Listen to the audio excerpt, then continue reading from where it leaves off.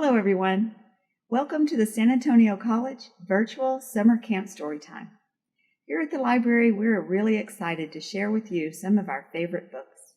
We hope it'll inspire you to read more and maybe even to share some of your own imaginative stories. So kick back, get comfy, enjoy. Hi, I'm going to read you a story today called The 7 Silly Eaters. It's by Marianne Hoberman and illustrated by Marla Frazee.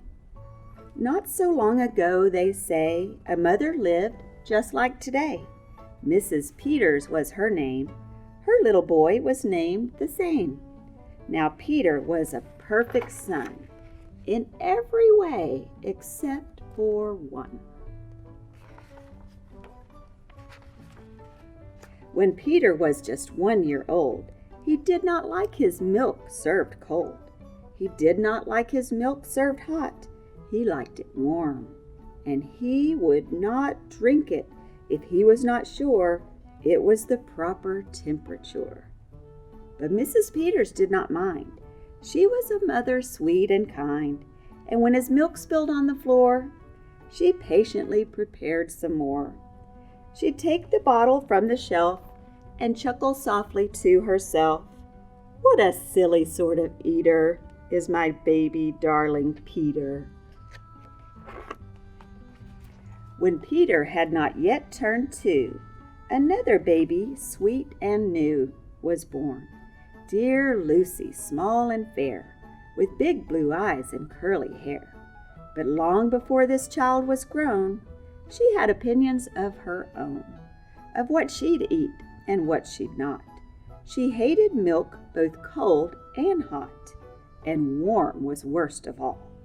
Instead, whenever Lucy dear was fed, she bellowed for pink lemonade, not from a can, oh no, homemade. But Mrs. Peters did not mind. She squeezed each lemon to its rind while mopping milk up from the floor and patiently preparing more. She'd take the lemons from the shelf and giggle softly to herself. What a silly pair of eaters are Lucy dear and Peter Peters. Now Lucy grew and Peter grew till he was 3 and she was 2.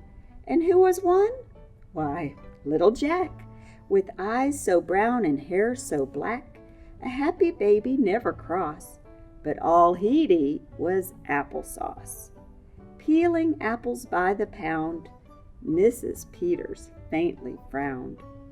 She'd take the apples from the shelf and murmur weakly to herself, what a silly bunch of eaters are Lucy, Jack, and Peter Peters.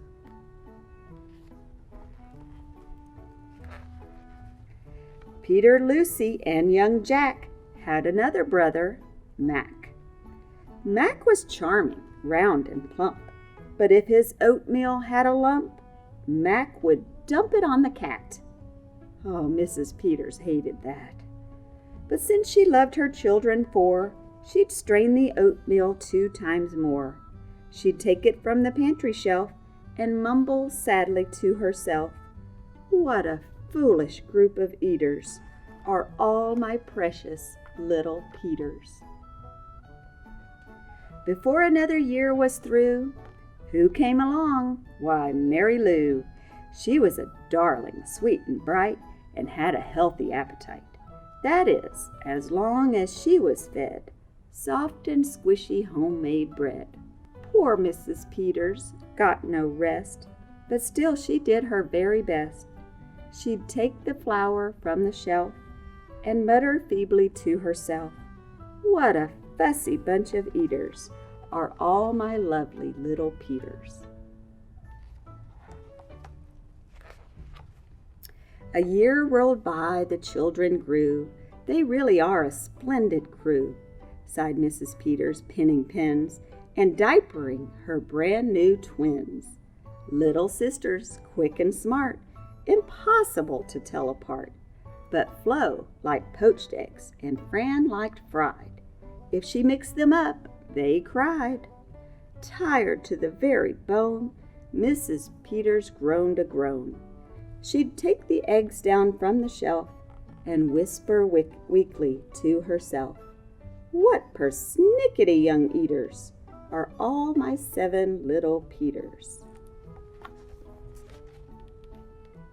Now time went by as time will do, and as it passed the children grew. The problem was that as they grew, their appetites kept growing too, but not their choice of what to eat. Each child continued to repeat. They wanted what they'd had before. The trouble was, they wanted more. Creamy oatmeal, pots of it, homemade bread and lots of it, peeling apples by the peck, Mrs. Peters was a wreck.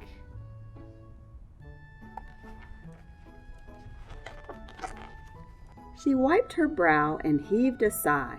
Another year was passing by. In fact, she realized with sorrow, her birthday would arrive tomorrow.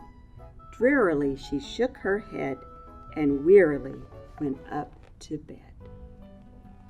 She thought the children had forgot her special day, but they had not.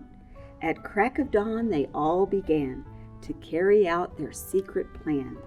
Mrs. Peters would be fed a birthday breakfast in her bed, a breakfast made of all the foods that kept them in such happy moods.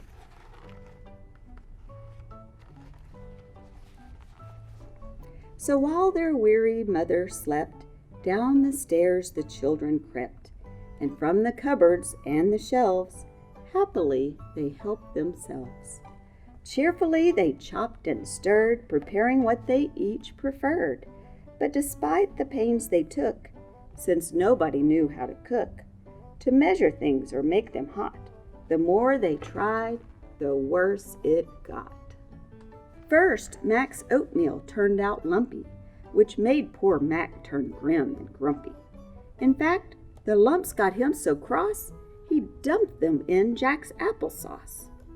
This bothered Jack so much, he threw it in the dough of Mary Lou, who tossed the mishmash that made straight into Lucy's lemonade. And that put her in such a huff, she poured the icky stuff into the double frying pan that held the eggs of Flo and Fran, who flung the hodgepodge on the spot into the milk in Peter's pot. But when they saw what they had done, they wished they'd never had begun. They'd hardly slept a wink that night, and still things hadn't turned out right. And even though they'd tried their best, it hadn't worked. They were depressed. They'd be in trouble too unless they found somewhere to hide the mess. The oven seemed the perfect spot. They all forgot it still was hot. They stuck the pot inside, and then they all went back to bed again.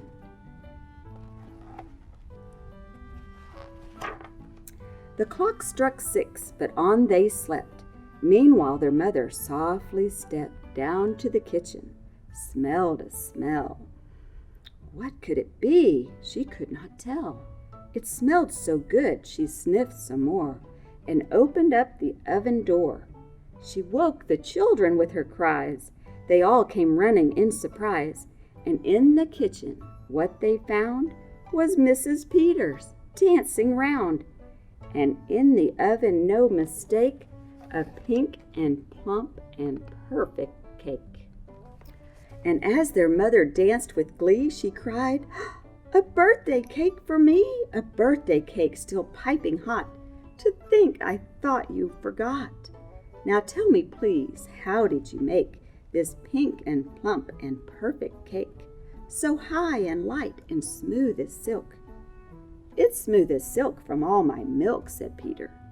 Lucy said, "It's pink from all my lemonade, I think." "And from my apples," added Jack. "My oatmeal made it soft," said Mac. "My bread dough, too," said Mary Lou. Said Fran and Flo, "As for its size, it was our eggs that made it rise." Then everybody sniffed some more and danced around the kitchen floor. They put the cake upon a dish and lit the candles, make a wish. The children cried, "Before you blow," and Mrs. Peters did just so. And what is more, her wish came true, as birthday wishes always do. And from that day to this 'tis said, the Peters family all is fed. A single simple meal, just one, a meal that's good for everyone. A meal on which they all agree, made from their secret recipe. They all take turns in mixing it. They all take turns in fixing it. It's thick to beat and quick to bake. It's fine to eat and fun to make.